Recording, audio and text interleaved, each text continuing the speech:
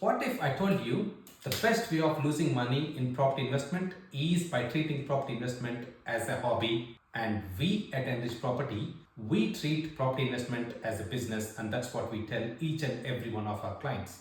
This is all about the mindset what you carry as an investor into property investment.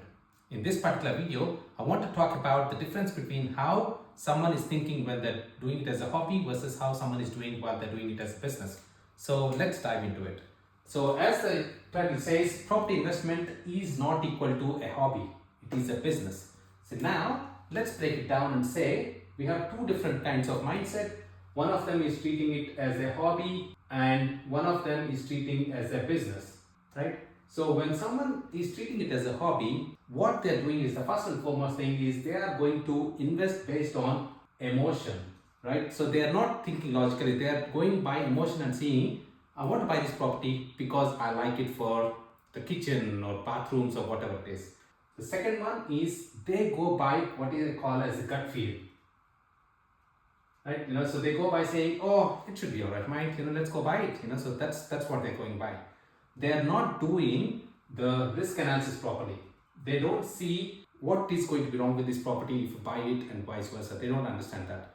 And they don't see the performance of the property at all. So they are only basing on, yeah, I have the money, that's okay, you should go and buy it. That's what they're doing. So they are going by a strategy, what I call as a hope strategy. They are only hoping that it will go up over a period of time. There is no real science behind what this is. While these people who are investing as a business, they go by logic. Why am I investing in here? What is it going to do for me? They go by things like ROI. I'm investing in here. What is it going to give me in the future? Or they're going by cash flow analysis, right? So if I'm buying this property, what is my cash flow going to be? Is it going to impact my life the way I want to live? All these things are very, very important for these guys. And the other thing is they go by data. They do a lot of research to understand each and every move what they're going to do. Finally, they have a strategy in place. So they are not going by hope at all. They are going by a strategy.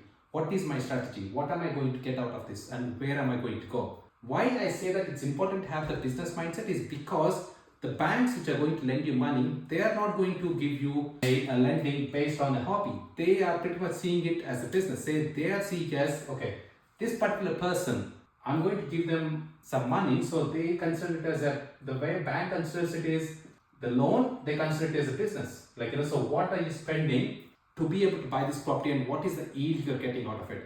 They are going to talk about postcode risks, for example, which means that what is the future going to look like? They have their own analysis behind each and everything out of it. If a bank is trusting you, giving you the money, they are doing all these works behind. They don't really care if you like the suburb or not. You might buy in a suburb which you think it's beautiful and so on, but they don't really care. All they want is, am I getting the best value out of this? If I'm trusting and giving the money to this particular buyer, are they going to do the business right or wrong? So this is where it's important to have the business mindset when you are investing for a property. What we do, what we talk about is something called ENRICH investment framework. Our framework starts in the way where, if you're looking at it from a triangle point of view, top to bottom, so we don't start talking about a property. When a client comes on board, we don't talk about a property to start with. What we talk about is risk appetite, right? If this couple or this family or this trust or anyone who's coming to us and now wanting to buy a property, what is their risk appetite? What is the risk they're willing to take to be able to buy a property like that? And then comes the strategy bit. Okay, now that we know this is the risk appetite, this is the risk they're willing to take, what is the strategy for them to be able to build on their portfolio? Again, strategy is not about one property. It's about having a right portfolio where you can build and have this constant flow of passive income over a period of time. That's what we are working towards. Then once we understand this, using the data, using all these different factors is what we go back and say, then comes the property bit. What kind of property do we want to buy? Where we want to buy? All that falls in here.